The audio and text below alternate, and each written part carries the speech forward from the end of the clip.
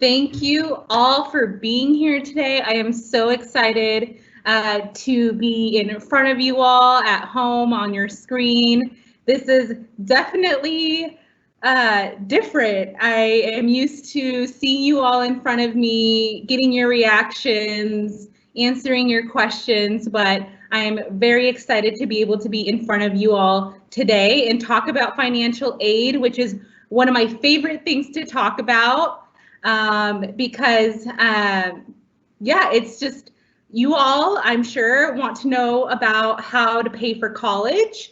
And I know that's one of the questions I had when I was in high school as a first gen student, being the trailblazer for my family. And so we're going to go ahead and get started here. Today, again, our topic will be financial aid. My name is Elisa Aguayo Munoz. I work for Kent School District in the organizational effectiveness community, and today is September 23rd. I can't believe we're already almost a month into school. That is our cool new 2020-2021 College and Career KSD logo. So anything you see with that logo comes from me and my team. If you have any questions, I am more than happy to provide my information at the end of the presentation. So who am I? Before I do any presentation, I always like to present a little bit about myself so you all get to know me. I always, I'm asking a ton of questions of my students and I want to get to know my students, but I recognize that if I want you all to be comfortable with me and asking for help and support, I have to, present myself and tell you a little bit about me too, as an educator. And so I am your Kent School District College and Career Readiness Manager. I am a UW alumni, class of 2014, and I am a Kent Meridian alumni. I graduated from KM 10 years ago this year. So I graduated in 2010. This would have been the year for our reunion, but of course, COVID also didn't let that happen. So, but I am a Royal. I will always be a Royal. KM students and KM always has a really, really special place in my heart. I have family members who are also KM Royal, so we're a Royal family. I am a first generation high school and college graduate. So I was the first one in my immediate family to graduate from high school and also the first one to graduate from college. Really, really big. Again, it's a lot of information. It's a lot of unknowns, especially for all of you who also may be the first in your family to, be graduating high school or maybe thinking about college. And I do want to take a moment to speak to all of you who are, in that situation currently and knowing that I am here, your college access team is here to support you. You don't have to do this alone. As first generation students, there's a lot of the unknown and like an information gap, and which is why we're here today. But also there's this like emotional gap, or not gap, emotional burden or weight on us of really being the trailblazers for our family. That's a lot of stress. It's a lot of pressure. You feel like you can't make mistakes. You feel like you have to have everything figured out. And I'm just here to tell you that you don't. Always ask questions, ask for support. It's always better to ask those questions and know for sure than feel like you have to do everything on your own. And so just wanted to take a moment to acknowledge all of you who are the first and are, here with us today, wanting to learn more. I appreciate you. I see you. I have the personal experience of being the first. And so it's the reason why I'm here and what fuels me and what fills my bucket to be able to present this information to you all today. I am Mexican. I speak Spanish. I am the oldest sibling of 3, so I'm a woman in the Latino community. I am the oldest in my family. That's a whole nother can of worms that I won't talk about today. But I love travel, music, watching my shows. I recently finished Selling Sunset and the Home Edit. I don't know if you all are watched. And I love spending time with my family as well. So We will dive into our agenda today. Today we will be learning about the different ways to pay for college through financial aid, understand how the financial aid process works, determine if you need to complete the FAFSA or the WASFA, and then know where you can go to for help. And so there's a lot of information out there. I'm not going to be able to cover everything today, but I want to get the basic information out there that you all need to know right now. Your college access team will be available to answer specific questions you may have or special circumstances that you may have. They're a great team, and they will be able to support you. But always, just a reminder, you can always drop questions that you may have throughout the presentation in the chat. Yes, you are in the right spot. Financial aid presentation during advisory today. But again, please continue to use the chat. I'm able to see the chat. This is HSB for KM today. So if you're here, you're at the right place.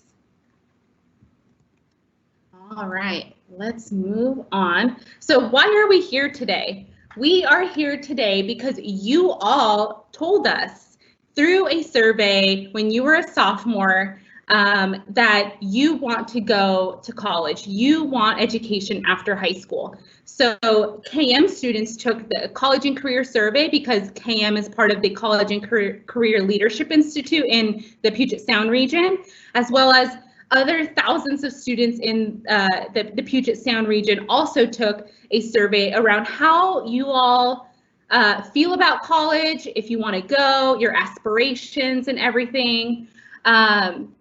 And so 96% of students who took the survey in 2018-2019 said that they wanted to go to college and pursue a fulfilling career. So that is all of you. You all were sophomores. You may or may not remember taking the survey, but the results were very clear to us that you all want to pursue some type of education after high school. 72% of students said you want to pursue a 4-year college degree, 11% 2-year, 7% some college, 6% apprenticeship, and then 4% or less of a high school diploma. And so we are here to capture all of that, to present you with your options as well, and let you know how you can pay for all of these different pathways. Again, this is the assembly for HSB. You are in the right place if you're here with us today. Also, why are we here?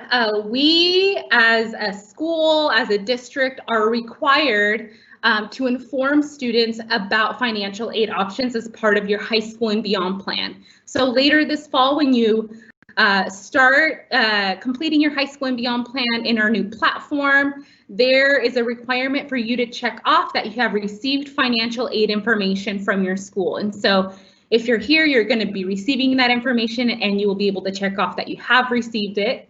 There is also a new requirement this year that schools have financial aid advising days. So unfortunately, there's a couple elements that we were not able to incorporate today, but know that there will be additional opportunities for you to learn about financial aid as well. Also, why we are here today, post-secondary attainment matters in our region because 70% of jobs will require some type of post-secondary degree by 2030. Post-secondary and college are used interchangeably, and that is something I want to talk about as well. So when staff members at KM or in our district, and when I say college, we mean education beyond high school. A lot of people use post-secondary and college interchangeably. Know that college encompasses all of the options available to you. So this includes 2-year college, 4-year university, technical colleges, certificate programs, apprenticeships, and military. We acknowledge that each of you have your own pathway and your own career aspirations and college aspirations. And so just wanted to lay that groundwork right now that when we say college, we really mean whatever post-secondary pathway you all choose, and we encompass all of that. And so now that we've established that, we can get right into financial aid. And so let's see, I see some questions popping up in the chat. And so again, I just want to reiterate, this is the assembly for HSB. You are in the right place. We will continue here now. But again, continue to submit your questions in the chat for us, okay? All right, so where does financial aid come from? Financial aid comes from a variety of sources. Some financial aid can come from the federal government, some will come from state government, some directly from the college or universities that you're applying to and end up enrolling in, and private organizations, including scholarships. So these are the different financial aid. This is where the different ways in where you receive financial aid.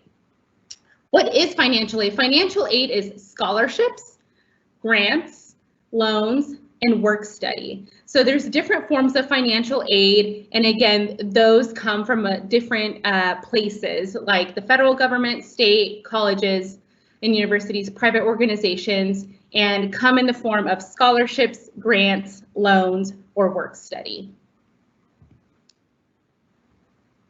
Washington College Grants. So in Washington State, we used to have what was called the State Need Grant. It was not fully funded, and you always had to submit your applications as soon as possible so that the funding doesn't run out. Some of that is still in place, but we have transitioned to the Washington College Grant, where now more students are eligible and are guaranteed funding, and it covers eligible apprenticeship programs. And so Washington College grant dollars for eligible students that are low or middle income families. An eligible student from a family of 4 making $50K or less would receive a full award of Washington State Need Grant. Partial grants are available up to the state's median income around $97,000. So I know there is this idea that families who earn a little bit over a median family income or are on the higher end, close to $90,000 or so for a family, that you're not eligible. And so this really expands the eligibility window to encompass families who do make a little bit more than what a low income family would be. So what's really important here is that you don't know if you're eligible until you apply and how much you're eligible for. So you're going to want to submit your financial aid applications as soon as possible to lock in your coins, but also to see how much you're actually eligible for.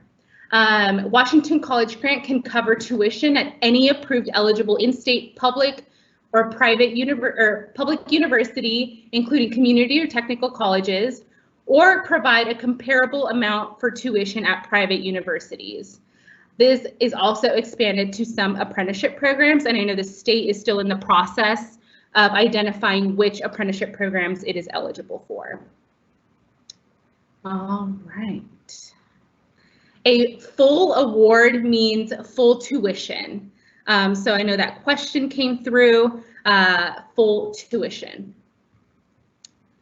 All righty, so I see a couple other questions here coming in. Don't grants only apply when you're going in state? So as I mentioned, there's federal government financial aid and state government financial aid. The Washington College Grant is a state financial grant. The federal government, there is what it's called a Pell Grant, and so that would be applicable in or out of state. So great question. Can you apply for Washington's College Grant even if you might go to college out of state? So Washington College Grant dollars can only be used when you're attending a Washington State college or university. So if you apply to an out-of-state college or university, Washington College Grant will not be applied there. Do you have to pay back grants? Actually, that's a really great point. Let me go back in my presentation and I'll explain a little bit more. Thank you for bringing that to my attention. Scholarship money is, you do not have to pay back. You apply, and if you've gotten the scholarship, you do not have to pay it back. grant money, you do not have to pay back. There is a little caveat of if you decide to drop classes or withdraw completely, there is a possibility that you would have to pay that back. But if you're enrolled and you receive grant money, you do not have to pay grant money back. Loans, you do have to pay back, and there's a couple different types of loans. There is unsubsidized and subsidized loans. Subsidized loans are loans to where you do not start accumulating interest, or you do not have to pay that interest while you're in school. Unsubsidized loans are loans where the interest starts accumulating and growing as soon as you take out the loan and you're in college. Work study is where you are working on campus and working towards paying for your college. And so those are the different types of financial aid. Thank you so much for bringing that to my attention and explaining that. Yes, this meeting will be available to look back on. This is being recorded and will be made available. I will get to how you can apply. Again, you don't have to pay back grants. And okay, I will move forward. There's a lot of questions I see that I will get to in the presentation, so be patient with me. So Washington College grant, who is eligible? Amounts vary based on income, family size, and the school you will be attending. So all of these factors contribute to how much money you actually receive for Washington College grant. Different families make different incomes, different families have different amount of family members, and then depending on the school where you're deciding to attend, their costs may be higher than others, to where Washington College grant may meet the full tuition amount. And if you're going to a private university, you may not get full tuition amount, but you might get a maximum award if you qualify income or family size wise. I know this isn't super easy to explain right now, especially since, you know, I can't actually talk to you in person, but know that your eligibility will be determined when you submit a financial aid application, which I will get to here in a second. How do you apply? There is no separate application. Excuse me, I'm going to take a sip of water real quick. I haven't presented in a really long time. Okay. Students should complete a state or federal financial aid application. So there is no separate application. You're automatically considered for Washington College grant when you submit your FAFSA or your WASFA, which I will cover here in a second. So FAFSA, this is one of two financial aid applications available in Washington State. It's the free application for federal student aid, emphasis on the free. This application is free to complete and to fill out. If you, for whatever reason, end up on a site where it's charging you to submit a FAFSA, it's not the correct FAFSA. Just wanted to put that out there. It's the free application for federal student aid. What is the FAFSA? The FAFSA is the free application for federal student aid and is the first step for applying for federal aid for college. Completing the FAFSA gives you is free and gives you access to the largest source of financial aid that can be used at technical, 2-year and 4-year colleges. The FAFSA is nationwide. And so if you are planning on attending or applying to colleges in the US, you fill out the FAFSA. If you're planning on attending a college in Washington State and you're eligible, you apply for FAFSA. And I will get to the eligibility to be able to apply for FAFSA here in a second. Based on the information that you provide on the FAFSA, each college will calculate your final award amount. Again, in these applications, they look at how much money your family makes, how many of you are in your family, and the cost of the university. They use those three to determine what your financial aid package or award will actually be once they factor in all of those different factors. When you apply for FAFSA, you're automatically being considered for state and federal grants, including the Washington College grant for only if you're going to college or university in Washington State, Pell Grant, which is a federal grant, federal government money that is not tied to Washington State. You're automatically being considered for subsidized and unsubsidized loans. Again, this would be money that you have to pay back. Work study, money you work for. College scholarships that can be both income or merit based. A lot of times you don't know if you're eligible for scholarships from the college or university until you apply for financial aid. Sometimes they don't publicize those, but sometimes, yeah, you don't really know if you're going to be considered until you apply for financial aid. Also, it is a requirement to receive the college-bound scholarship that you apply for for you to apply for financial aid. So this fulfills that requirement for the college-bound scholarship. So a couple of helpful things for you all. So you will see up here in the right-hand corner what you're being considered for when you apply for FAFSA, so scholarships, grants, work study, and loans, and also the source of that money, which can be federal, state, or college and university money. So just a couple things to keep your eye on throughout the presentation.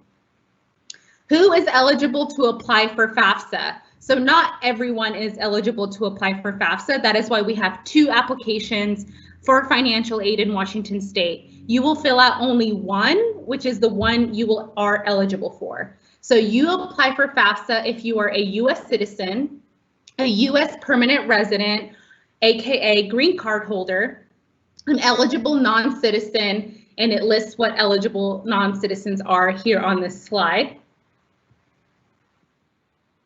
The first step in starting your FAFSA is creating an FSA ID. Your FSA ID is your electronic legal signature. And so it is really, really important that you start with this, set yourself up with your FSA ID, which is what you will use to start your FAFSA, and also sign it once it's complete. Both the student and your parent or legal guardian, only one, will also, your parent or legal guardian will also have to create an FSA ID, just one of them. If neither parent or guardian has a social security number, then they do not create an FSA ID. So I want to repeat that again. If you do have at least one parent who is also eligible to create an FSA ID, meaning they are a U.S. citizen, green card holder, or eligible non-citizen, that parent will also have to create an FSA ID to sign your application. If both your parents are undocumented or they're not eligible, then they do not create an FSA ID since they are not eligible for that. And I will get to that in a second of, if the parent doesn't have an FSA ID to sign your application, there is a signature form that you would just print and mail to FAFSA. So I will get to that. The FSA ID is used to access your FAFSA and is your legal electronic signature. Again, super, super important. It's yours forever. So if in 25, 30 years you decide to have children, and then after that they're applying for financial aid, your FSA ID is yours forever. You will use this to sign and submit your FAFSA. I provide the link there, so if you want to screenshot or take a picture real quick of the website to create your FSA ID, it's fsaid.ed.gov. And there is an overview for submitting FAFSA on the FAFSA website, and we'll make sure you get those links as well. FAFSA tips. So there's a lot of considerations when submitting a FAFSA application. When you're creating your FSA ID, again, this is your account, this is your electronic signature. Be careful when creating it. You want to make sure you're entering your name and your social security number exactly as they appear on your social security card. I don't know how many hours I've spent with students calling FAFSA to update the FAFSA ID. It could all be avoided if you have your social security card in front of you, and when you're creating your FSA ID, that you enter your name exactly as it appears on the social security card. If your middle initial is on the social security card, you enter the middle initial when you're creating your FSA ID. If there's no middle name or no middle initial, you leave that out. If there's a hyphen, if you have multiple last names, include the hyphen. If there's no hyphen, do not include a hyphen, right? So please, please be careful when creating an FSA ID for yourself and when your parent or guardian is creating an FSA ID for themselves as well. Again, if neither of your parents or legal guardians have a social security number, they do not create an FSA ID. And when you get to the question where it asks for their social security numbers, you will enter all zeros instead of a social security number in the FAFSA application.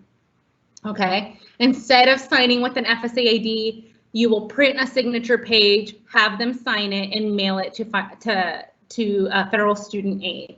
If you have any questions about this, please reach out to a trusted adult at KM or myself, and we can walk you a little bit more if you have more questions with that.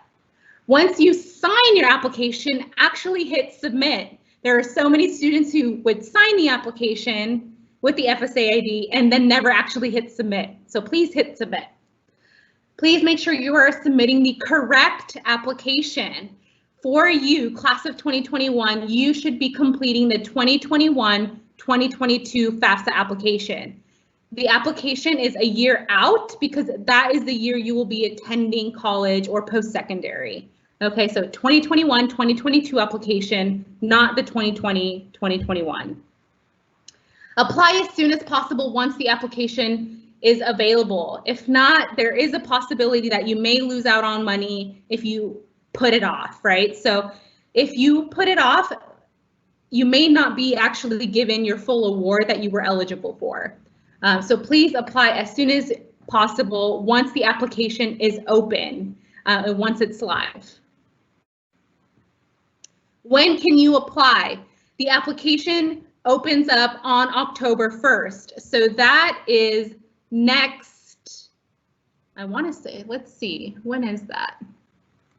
It is next Thursday. So next Thursday, please, please, please start your FAFSA application. You can start creating your FSA ID now. You can create your FSA ID now. And then once the application is open on October 1st, start your FAFSA application and complete it. All right, I need to speed up a little bit. I know there's a ton of questions. I love it. We have record of these questions. Please reach out to College Access team member if your question is not answered today. Next, Washington application for state financial aid, or the WASFA. The WASFA is the financial aid application for eligible and documented students who live in Washington state, right? So remember I said there's two financial aid applications in Washington state. There's the FAFSA, which is actually a federal application that you can use nationwide.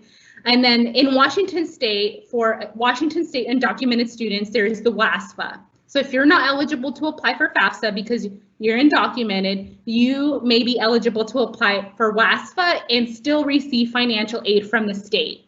So you'll see that when you apply for FAFSA, you're automatically being considered for state grants, including the Washington College grant. Up here, you will see grants, and you are only eligible for state government money. Then that does include your college-bound scholarship. The WASFA is financial aid, again, for documented students. To be eligible, you have to have lived in Washington state for 3 consecutive years prior to graduating from a Washington high school or GED program. If you have ever had DACA, current or expired, and have lived in Washington state for 1 year, right? So let's say you moved to Washington a year ago and you've ever had DACA, you are eligible, or if you've just been in Washington state for the last 3 years prior to graduating high school. You need to have earned a high school diploma, which you all will in June, or GED, and you need to sign an affidavit. It's a sheet of paper that you mail to each individual college or university, letting them know that you're a WASFA student. It's all confidential, and that way they don't charge you out of state or international tuition rates. So WASFA, again, really great resource. It's a Washington state financial aid program for undocumented students. Getting started. So the first step is creating a WASFA account. You will electronically sign your WASFA application in your account. There is no ID or anything. You just create your WASFA account and then you will sign within the application. Your parent or legal guardian is also required to electronically sign your application. Once you've signed the application yourself, you'll click a button that will send a link to your parent or guardian, and they will follow that to sign your application. And that link must be used within 72 hours. There is a website for the WASFA if you want to take a screenshot real quick or take a picture, but we've got to keep moving. Again, I will provide my contact information, and there's plenty of staff at CAM that are available to help you if you have more questions. WASFA tips. Remember to invite your parent to sign your application once you're complete. The application or the link must be opened, and the application must be signed within 72 hours of sending the parent link. The parent email address cannot be the same email address that you have. So you and your parent must have separate email addresses that you're signing the application with. And just like the FAFSA, please submit the 2021-2022 application. There is a step-by-step guide for submitting the WASFA available on readysetgrad.org/WASFA. It's super detailed, super step-by-step for all of you that will be submitting a WASFA. And this application also opens up on October 1st. So on October 1st, or actually September 30th, September 31st, I don't know if we're a 31 day in September, but start gathering those documents and get ready to apply for financial aid. So with actually completing the financial aid forms, you will need to gather your income information and your family or your parent legal guardian's income information. This includes 2019 federal income tax return documents, bank statements, a W-2 or pay stub. So to prepare right now for October 1st, next Thursday, start having those conversations with your family around and gathering that information and those documents that you will need to complete these applications. Also gather any financial information like child support statements, TANF, welfare, stocks, bonds, investments, etc. Information on cash, savings and checking account, and also gather the social security cards or green cards. That information will be asked. You will need that for your FSA ID anyway. And this checklist applies to both WASFA and FAFSA filers. You will need this information, except for the last item there. Obviously, the social security cards and green cards are for FAFSA filers only, but all of the income information you will need either for WASFA or FAFSA, whichever one you're applying for. So again, most financial aid is on a first come, first served basis. You want to apply as soon as possible.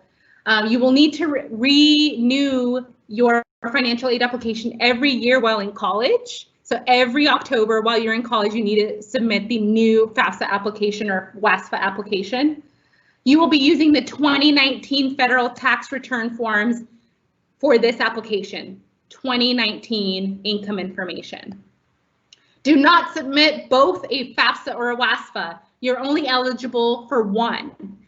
So don't submit both. Figure out which one you're eligible for and submit that one. If you need additional support determining which application you're eligible for, please reach out to a trusted adult on the College Access team or myself.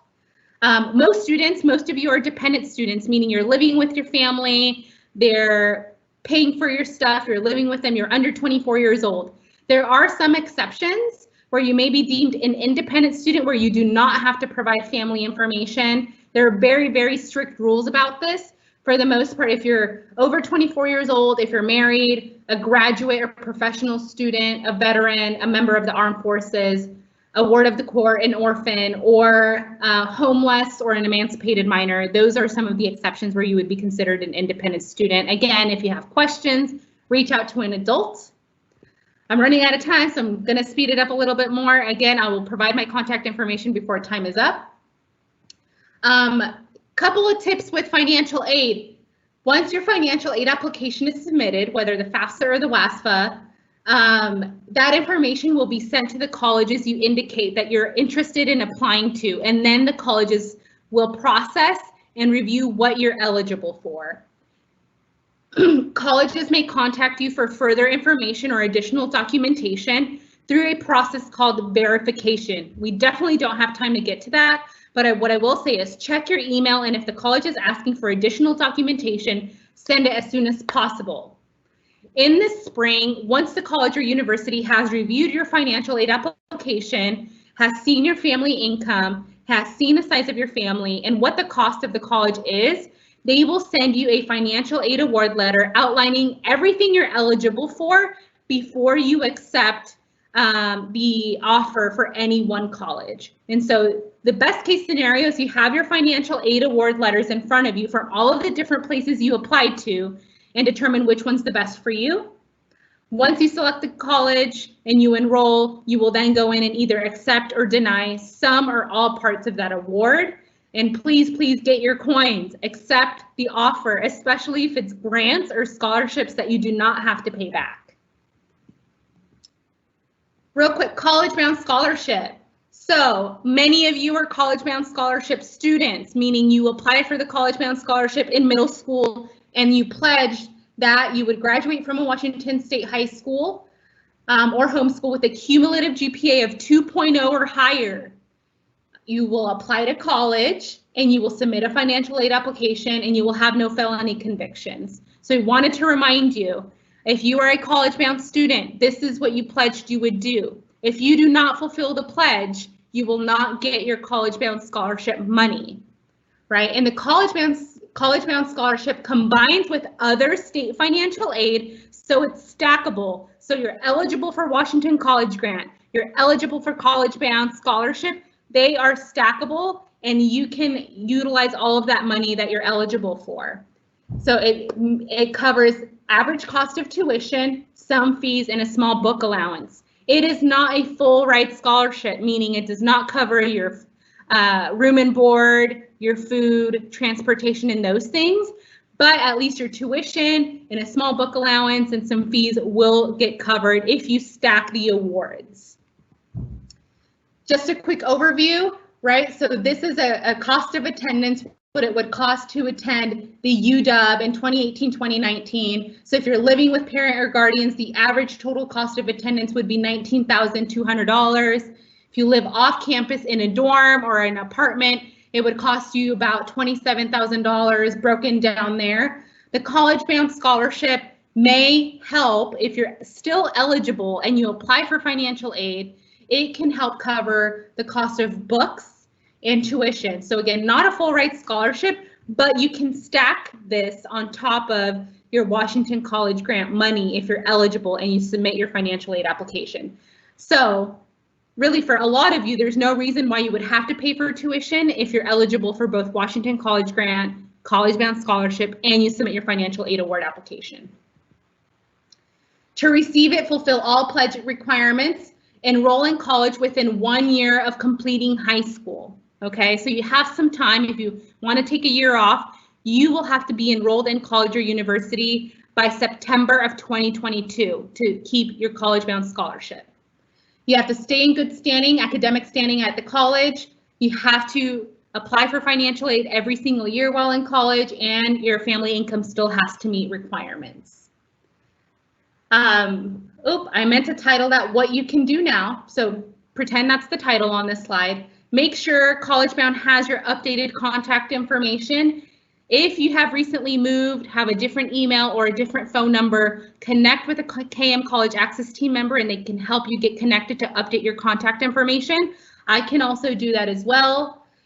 Check with your high school support staff to make sure you're on track to meet the pledge requirements. So one of the biggest ones, make sure you have at least a 2.0 cumulative GPA. If you're really close, do really well in school this semester and next semester to boost that GPA.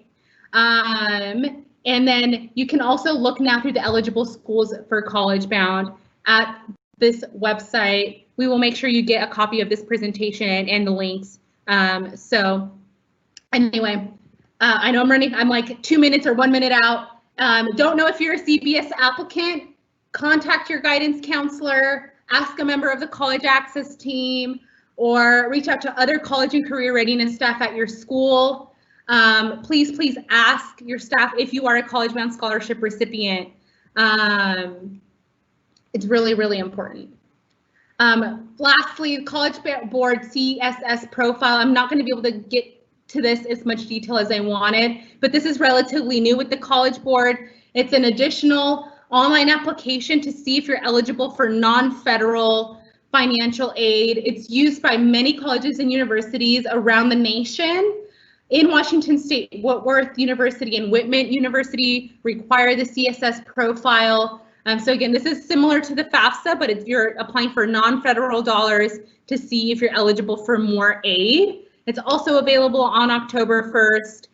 This is not required. This is just if you want to see if you're eligible for additional aid across the nation, especially if it's one of the institutions that require this profile.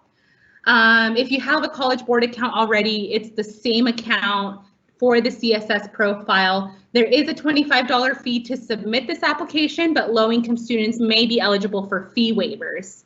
I'm sorry, again, I'm not able to cover this in more detail, but this is not required. This is just like a profile you create. You enter a lot of the similar information as you would on a FAFSA or a WASFA, and then you may be eligible for additional aid. So with that, again, reach out to your guidance counselor, college access team, other college and career staff if you need support. If you don't know you're a CBS student, I provided a little draft for you to screenshot or take a picture of an email that you can send to your guidance counselor. I use Mr. Alvarez in this. Thank you for everything you do. Please thank your teachers and your counselors and your staff that are working really hard to make sure you're getting the best education possible. Please take a minute to thank them for everything that they're doing. And then you can ask your question. I was hoping you could let me know if I'm a college-bound scholarship student. Thank you. Enter your name there. Email your counselor today. Please promise. If you have any questions for me, you can reach me at collegeaccess@kent.k12.wa.us. Please reach out if you're a Spanish speaker and your family's a Spanish speaker and you want to set up a Teams meeting for us to chat. I am more than welcome to do that. If you just have general questions that I wasn't able to get to, please send them over or contact a College Access team member. That is my team's voice number. It has been a pleasure being with you all. I know I ran over time. This is good even for me though, believe it or not. There's so much information that I did not cover that I hope I will be back and provide to you all. The chat was on fire. The questions were fire. Please get your coins, apply for financial aid on October 1st. Thank you all and go Royals.